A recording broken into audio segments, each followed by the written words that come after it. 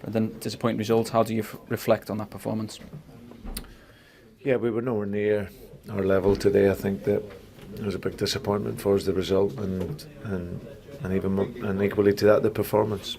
So we haven't had many days like that since the turn of the year. Obviously, the last time we lost was against Southampton, so we just never got going. We were very flat, and technically we were way short of the level that they've been at for a long time. So disappointing to lose.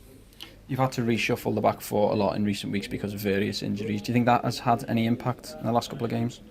It hasn't helped. Of course, we had a regular back four, really. And listen, the players that came in and asked to do the job in those full-back positions, Callow and Mohamed, done very, very well. We've got Glenn Johnson out injured. We've got Jose Enrique that we're nursing him through an injury that he has. Obviously, we've got Sissoko who's out injured. So I needed to be careful with him, because if we lose him, then that can we lose Jose, that would disrupt us. So it certainly doesn't help the fluency in how we play, but still, we've got accomplished players, and we've got four players that are centre halves on the field, and we concede from a corner. So that's a disappointment, but we'll put it behind us. We'll analyse the game, we'll reflect on it, and hopefully, as I said, we'll recover well now and look to go on another run. As a manager, you will have experienced this type of setback before. How do you and your staff ensure that when you go in the week, you can lift the squad ahead of the next game? Yeah, well, that's part and parcel of it. You've got to do that.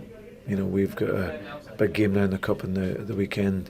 As I said, the 24 hours, it's always difficult. The players are hurting because, as I said, we've grown really in the last 6-7 months, and obviously it's the first defeat in a long time. So it's just, as I said, it's important now is that we come together. We look to improve on today, because the performance was nowhere near what we would expect here, in particular here at Anfield, and ensure that we go in with real optimism into our next games. And just finally, any news on Daniel Agger's injury? No, I'm waiting to update. We've got a couple of little nicks from today, so we need to analyse that, and hopefully they'll come through okay.